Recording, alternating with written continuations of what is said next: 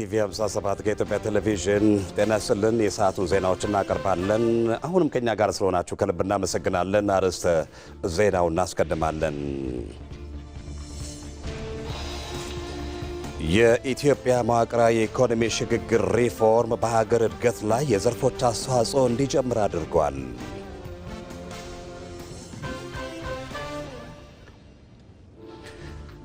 መንግስት ተግባራዊ ያደረጋቸው የልማት ኢኒሼቲቮች ተጨባጭ የኢኮኖሚ እድገት እንዲመዘገብ አስችለዋል።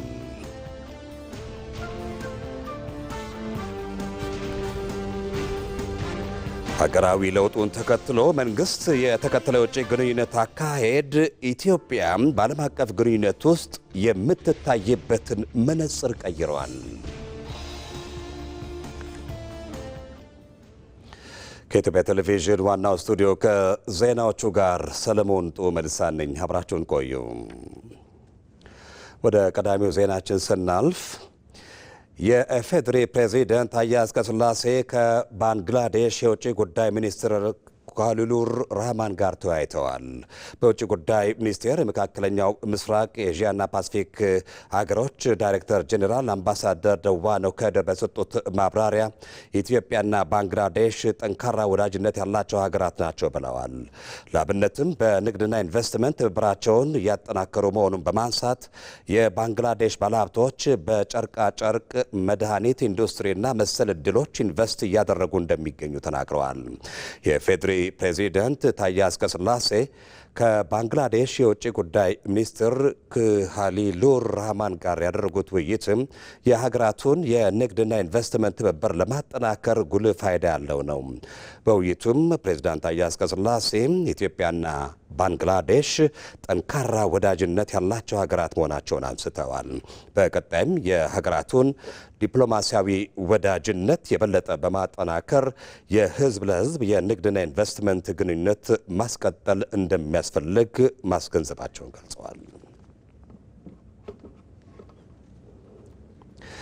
የኢትዮጵያ መዋቅራዊ የኢኮኖሚ ሽግግር ሪፎርም በሀገር እድገት ላይ የዘርፎች አስተዋጽኦ እንዲጨምር አድርጓል።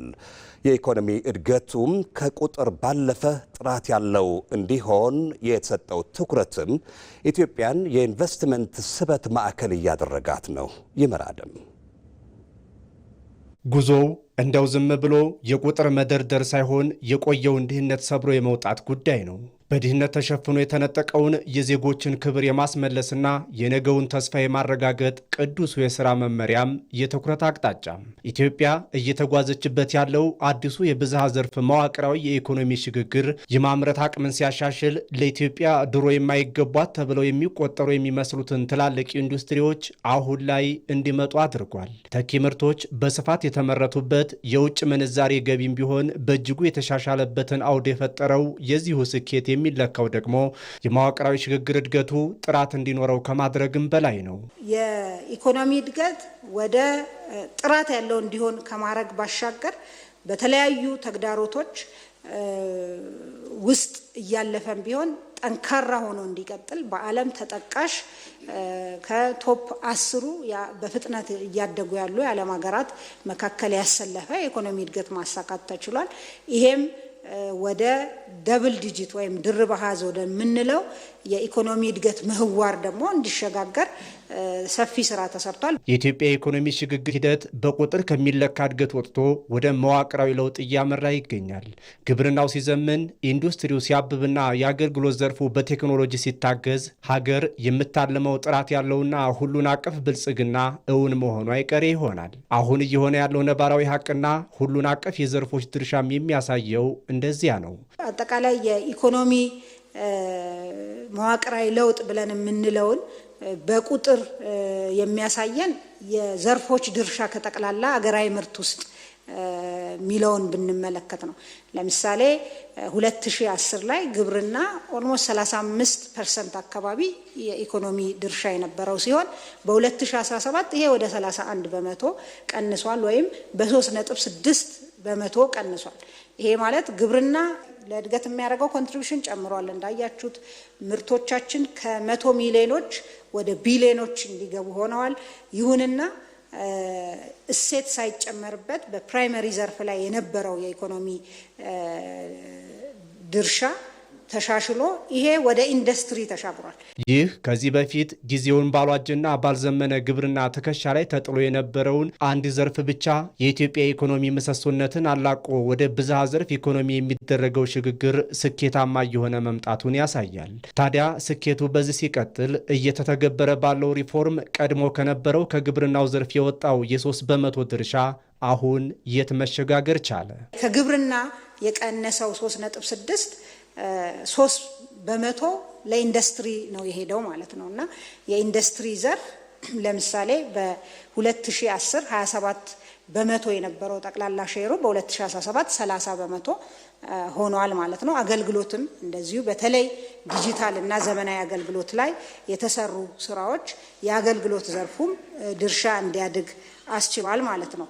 የግሉ ዘርፍ ከፍረጃ ወጥቶ በልበ ሙሉነት ሲንቀሳቀስ አዳዲስ የፈጠራ ስራዎች እንዲበቅሉና ኢትዮጵያም የኢንቨስትመንቱ የስበት ማዕከል ወደ መሆን ሽግግር ላይ ናት። የስራ ዘመኑን ሶስተኛ የ100 ቀናት የመንግስት ስራ አፈጻጸም ከ9 ወራት አጠቃላይ አፈጻጸም ጎን ለጎን ሲገመገም ከተገኙ ስኬቶች አንዱ የተነሳውም ይህ ነው። የኢትዮጵያ መዋቅራዊ የኢኮኖሚ ሽግግር ስራዎችም የነበሩ ህጸጾችን አጽድቶ የሀገርን ተፈላጊነት ከፍ አድርጓል።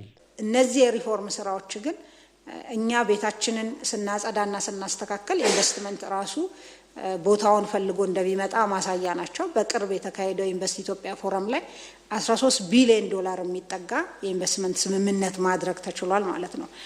ይሄ ደግሞ ወደ መሬት ለማውረድ ኦልሬዲ ስራዎቹ ተጀምረዋል ማለት ነው። እንደዚህ ቀደም የስምምነት ጉዳይ ብቻ ሳይሆን ይሄ ወደ መሬት ማውረድ የሚችል መሆኑን ማሳያ ሰፊ ጉዳዮች አሉ ማለት ነው። በተለወጠ የሪፎርም ትግበራ መንግስትና የግሉ ዘርፍ እጅ ለእጅ ተያይዘው በሚያደርጉት ግስጋሴ የኢትዮጵያ ኢኮኖሚ ከጥገኝነት ወጥቶ ወደ ሉዓላዊ አቅም የሚሸጋገርበት አዲስ የታሪክ ምዕራፍ ላይ ይገኛል። መንግስት ተግባራዊ ያደረጋቸው የልማት ኢኒሼቲቮች ተጨባጭ የኢኮኖሚ እድገት እንዲመዘገብ አስችለዋል። በበጀት ዓመቱ ሶስተኛው የ100 ቀናት የመንግስት ስራ አፈጻጸም ግምገማ ላይ ኢኒሼቲቮቹ የተመሩበት አግባብ ለስኬት እንዲበቃ ያስቻለ መሆኑ ተገምግሟል። አቤል ሙልጌታ በኢትዮጵያ ባለፉት ጥቂት ዓመታት በመደመር እሳቤ የሚመሩ ዘርፈ ብዙ የልማት ኢኒሼቲቮች ወደ ተግባር ከገቡ በኋላ እንደ ሀገር ሰፋፊ ስኬቶች ተመዝግበዋል። እነዚህ ንቅናቄዎች ከግብርና እስከ ዲጂታል ኢኮኖሚ፣ ከከተማ ኮሪዶር እስከ ኢንዱስትሪ ትንሣኤ ድረስ ያተኮሩ ሲሆን የሀገሪቱን የረጅም ጊዜ ኢኮኖሚ መዋቅር ፈተና በመቀየር የሀገርን እድገት ጉዞ እያቀኑ ይገኛል። በተለይም ግብርናው በኢትዮጵያ ጥንትም የነበረ መልክዓ ምድራዊ ምቹነቱም ያለ 3000 ዘመናት ቢታረስም ራስን መመገብ ግን ብርቅ ሆኖ እልፍ ዘመናትና በርካታ መንግስታት ተፈራርቀዋል። በግብርና ኢኒሼቲቭ የምግብ ዋስትናን ለማረጋገጥ የተከናወኑ ተግባራት የስንዴ ልማትና የሌማት ትሩፋት መርሃ ግብሮች ለሀገር አዲስ የግብርና ደጀን ሆነው ብቅ ብለዋል። በእነዚህ ትግበራ ኢትዮጵያ ከውጭ የሚገባውን ስንዴ በሀገር ውስጥ ምርት ከመተካትም ባለፈ ወደ ውጪ መላክ የጀመረችበት ስኬት የኢኮኖሚ ሉዓላዊነትን ለማረጋገጥ ትልቅ እርምጃ ተደርጎ የሚወሰድም ነው። ሀገራዊ የስንዴ ልማት እንደዚሁ በትልቅ ኢኒሼቲቭ የተመራ ነው። እንደዛ ባይመራ ስንዴ ማምረት መሬቱም ነበር፣ ውሃውም ነበር፣ ምርምሩም ነበር። ከዚህ ቀደም ለረጅም ዓመታት ግን ለበርካታ 10 ዓመታት ስንዴን ከውጭ እያስመጣን ይሄ ሁሉ ሀብት እያለን የቆየንበት ምክንያት ይሄን ለመፈጸም በዚህ አይነት ቁርጠኝነት የተሰሩ ስራዎች ባለመኖራቸው ነው። አገራዊ የስንዴ ልማት ፕሮግራም የምግብ ዋስትናና ሉዓላዊነትን ኢትዮጵያን በስንዴ አምራች ብቻ ሳይሆን ስንዴ ኤክስፖርት አድራጊ አገራት ማፕ ላይ ማስቀመጥ ተችሏል። ስንዴ ማንኛውም አይነት ሰብል አይደለም። ስንዴ ልክ እንደነ ወርቅ እንደነ ነዳጅ ስትራቴጂክ ኮሞዲቲ ተብሎ የሚለይ ነው። በዚህም ብቻም አላበቃም። የስንዴ ልማት እቅድ ዓለም አቀፍ እውቅናን ጭምር እስከ ማግኘት የደረሰም ነበር። በኢትዮጵያ ታስበው የማያውቁ ቆላማ አካባቢዎች ጭምር ስንዴ ልማትን በመዝራት አዲስ ልምድና ውጤትም ተገኝቶበታል። እንዲሁም በሌማት ትሩፋት ንቅናቄ ደግሞ በቤተሰብ ደረጃ የምግብ ዋስትናና የተመጣጠነ ምግብ አቅርቦትን ለማረጋገጥ ሰፊ ስራም ተሰርቶበታል። የእንስሳት ሀብት ጥራት ላይ መሰረት ስርዓት እንዲይዝም አግዟል። የአረንጓዴ አሻራ መርሃ ግብር የአየር ንብረት ለውጥን ከመከላከል ባለፈ ለግብርና ምርታማነት ወሳኝ የሆነውን የአፈርና የውሃ ጥበቃ ከማጠናከርን ባሻገር እስከ ኮፕ መድረክ ድረስ እውቅናን ያሰጠ ተግባርም ሆኗል። ኢኮኖሚው ላይም ተጨባጭ ውጤትንም አሳይቷል። ዛፍ መትከል በኢትዮጵያ ከንጉሱ ጊዜ ጀምሮ ዛፍ መትከል የሚባሉ ኢኒሼቲቮች ወይም ሰው እንዲተክል ኢንከሬጅ የማድረግ ምናልባት የማቀድ ስራዎች እንደነበሩ እንግዲህ የተለያዩ መዛግብት ያሳያሉ። ይሁንና ያንን በደንብ በጥናት ላይ የተመሰረተ ለጉዳዩ አስፈላጊ የሆነውን ቅድመ ዝግጅት ከማድረግ ጀምሮ አስፈላጊ ክትትል በማድረግ ሰፊ ንቅናቄ በማድረግ የተሰራ ስራ ነው። በዚህም እንግዲህ የደን ሽፋን በእጅጉ አድጓል። የደን መጨፍጨፍ ቀንሷል። የአርሶ አደሩን ገቢ በእጅጉ ጨምሯል። አረንጓዴ የስራ እድል ተፈጥሯል። የአፈርና የውሃ ጥበቃ ስራ በስፋት ተሰርቷል። ኢትዮጵያ ወደ ዲጂታል ኢኮኖሚ የምታደርገውን ሽግግር የሚያፋጥን ፋይዳና መሶብን የመሰሉ ተግባራት ዘመናዊ ኢትዮጵያን እውን በማድረግ ላይ የሚቆጠር ውጤትም እያስመዘገቡ ይገኛል። በአርቲፊሻል ኢንተለጀንስን ሰፋፊ ስራዎች በኢትዮጵያ ተሰርተዋል። የብሔራዊ መታወቂያ አገልግሎት ግልጽነትን በመፍጠር ሙስናን በመቀነስና ፋይናንስ ተደራሽነትና ተጠቃሚነትን በማስፋት ረገድ የጀርባ አጥንትም እየሆነ ነው። ዲጂታል ኢትዮጵያ ነው እንደ ኢኒሼቲቭ ይዘን በመስራታችን በጣም በርካታ ነገሮች ከማናቀበት ካልነበረበት እንዲኖር የሆነበት ስራ የተሰራው ማለት ነው። መሶብ እንግዲህ ያመጣውን ጉዳይ የምናውቀው ነው። በአንድ ማዕከል በጣም ሰፊ አገልግሎቶችን በጥራት በቅልጥፍና ብልሹ አሰራርን ከመቅረፍ ባሻገር ሰዓትን የተገልጋዮችን ጊዜ ወጪ ከመቆጠብ አኳያ ኢኮኖሚ ውስጥ ቅልጥፍናን ከመጨመር አኳያ ትልቅ ሚና የተጫወተ ነው። ፋይዳ እንደምናውቀው አገልግሎትን ለዜጎች በፍትሃዊነት ለማድረስ ካለው ሚና ባሻገር የሕግ ተገዥነትም ከማረጋገጥ አኳያ ትልቅ ሚና የሚጫወት ነው። ይሄንን እንግዲህ አሁን ባለንበት ሰፊ ቁጥር ማድረስ ተችሏል። ኋላ ቁጥሮቹን አነሳለሁ። የሰው ሀብት ልማት በዚህ ዘርፍ ከማፍራት አኳያም 5 ሚሊዮን ኮደርስ ትልቅ ሚና እየተጫወተ ነው። ከዛ ባሻገር በርካታ የስልጠና ማዕከላት፣ ኢንኩቤሽን ማዕከላት በተለያዩ ተቋሞቻችን እየተሰሩ ይገኛሉ። የብሔራዊ መታወቂያ አገልግሎት ላይ የተገኘው ስኬት ሌሎች የአፍሪካ ሀገራት ተሞክሮና ልምድ የሚቀስሙበት መሆንም የቻለ ነው።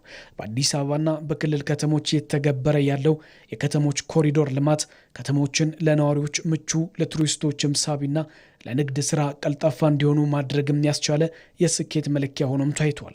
ይህ ኢኒሼቲቭ ጥራትና ደረጃውን የጠበቁ መሰረተ ልማቶች በከተሞችና በገጠር እንዲገነቡ ያስቻለ ነው። በተለይም አዲስ አበባን በአጭር ጊዜ ውስጥ ለውጦ ከተማን ለነዋሪው እንዲሆን ማድረግ እንደሚቻል ያሳየ ክንውንም ተፈጽሞበታል። ወደ ኋላ ሄደን የንጉሱን ዘመን እቅዶችን ብንመለከት የከተማ ልማት፣ የገጠር ልማት ጉዳዮች ተቀምጠው እናገኛለን። ግን እነዛን ጉዳዮች ባቀድነው በተመኘነው መጠን መፈጸም እንዳንችል ያደረጉ ሰፊ ጉዳዮች ይኖራሉ። ግን አንዱ እውነት መናገር የምንችለው አሁን እነዚህ አይነት እቅዶች እኛ የሚያቀድናቸውን ከማሳካት አኳያ እኛ ልማቱን ለመምራት የቀረጽነው ኢኒሼቲቭ በኢኒሼቲቭ መልኩ መምራታችን ግን ውጤት እንድናመጣ ማድረግ መቻሉን ነው። ከዚህ አኳያ የከተሞች መሰረተ ልማት በጥራት በተደራሽነት በጣም አድጓል። አረንጓዴ ትራንስፖርትን ከማበረታታት አኳያ የተሰሩ ስራዎች በከተማ ውስጥ ትልቅ ሚና ተጫውተዋል። የህዝብ ኑሮ ጥራት በእጅጉ ተሻሽሏል። የሉዓላዊነት ልብ የሆነውን ኢንዱስትሪ በማነቃቃት በኢትዮጵያ ታምርት ኢኒሼቲቭ የአምራች ዘርፉን ችግሮች በመቅረፍ ምርታማነትን ከፍ ወዳለ ደረጃ ማሳደግም ተችሏል። የሀገሪቱን የውስጥ አምራቾች አቅም እንዲጎለብት በማድረግም የገቢ ምርትን በመተካት የውጭ ምንዛሬን የማዳን ስራም ተሰርቷል። እነዚህ የመደመር መንግስቱ ኢኒሼቲቮች የዜጎችን ተጠቃሚነት በማረጋገጥ የሀገርን ኢኮኖሚ እድገት እንዲቀላጠፍና ስኬት እንዲመዘገብበትም አድርገዋል።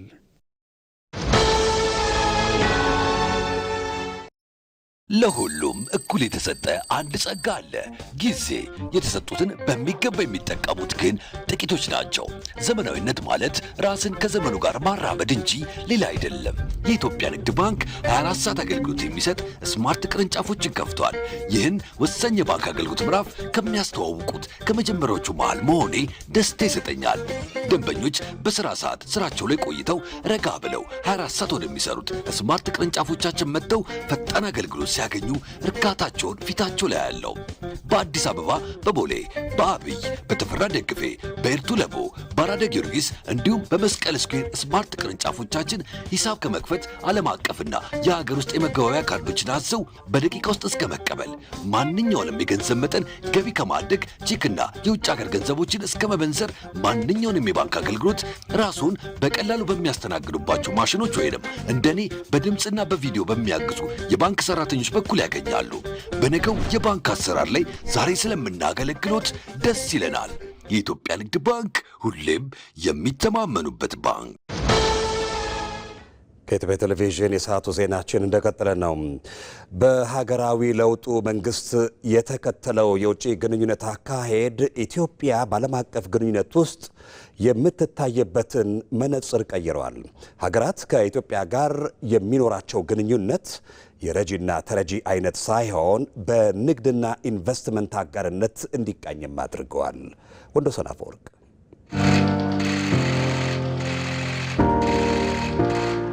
በኢትዮጵያ የመጣውን ሀገራዊ ለውጥ ተከትሎ ኢትዮጵያ በዓለም አቀፍ ደረጃ ያላት ተጽዕኖ ፈጣሪነት እንዲሁም ጂኦፖለቲካዊ ተፈላጊነት እያደገ መጥቷል። ከለውጡ አስቀድሞ በነበሩ ዓመታት በዲፕሎማሲውና በዓለም አቀፍ ግንኙነት ስራዎች ብሔራዊ ጥቅምን ያላስቀድሙ አካሄዶች ኢትዮጵያን በርካታ ጥቅሞችን አሳጥተዋታል።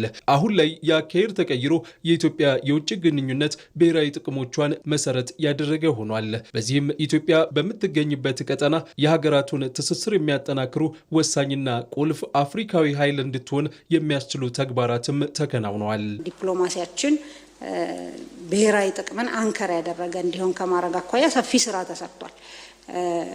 ለምሳሌ ዜጋ ተኮር ዲፕሎማሲ እንደዚሁ አዲስ እይታ ነው። ዜጎቻችን ባሉበት ተከብረው እንዲኖሩ እንዲሁም ያጋጠማቸው ችግር መፍታት የሚችል የዲፕሎማሲ አካሄድ መሄድ ችለናል። ቀጠናዊ ትስስርን የሚያጎለብት ቀጠናውን እንደ ደህንነት እና የሴኩሪቲ ችግር አይቶ በዛ አግባብ ብቻ ከሚሰራ ስራ በመሻገር ኢኮኖሚያዊ ትስስርን፣ ቀጠናዊ ትስስርን የሚያጎለብት የውጭ ጉዳይ ስራ ሲሰራ ቆይቷል። ይሁነኝ ተብሎ ለዓለም አቀፍ ተቋማት ኢትዮጵያ የተሻለ ተሳትፎና ውክልና እንዲኖራት ስራ ተሰርቷል። በዚህም የተገኙ ውጤቶች አሉ። የሁለቱን የውሃ አካላት ያስተሳሰረ ስትራቴጂካዊ እይታም እንደዚሁ ተቀርጾ በዛው አግባብ ስራ መስራት፣ ውጤት ማምጣት ተችሏል።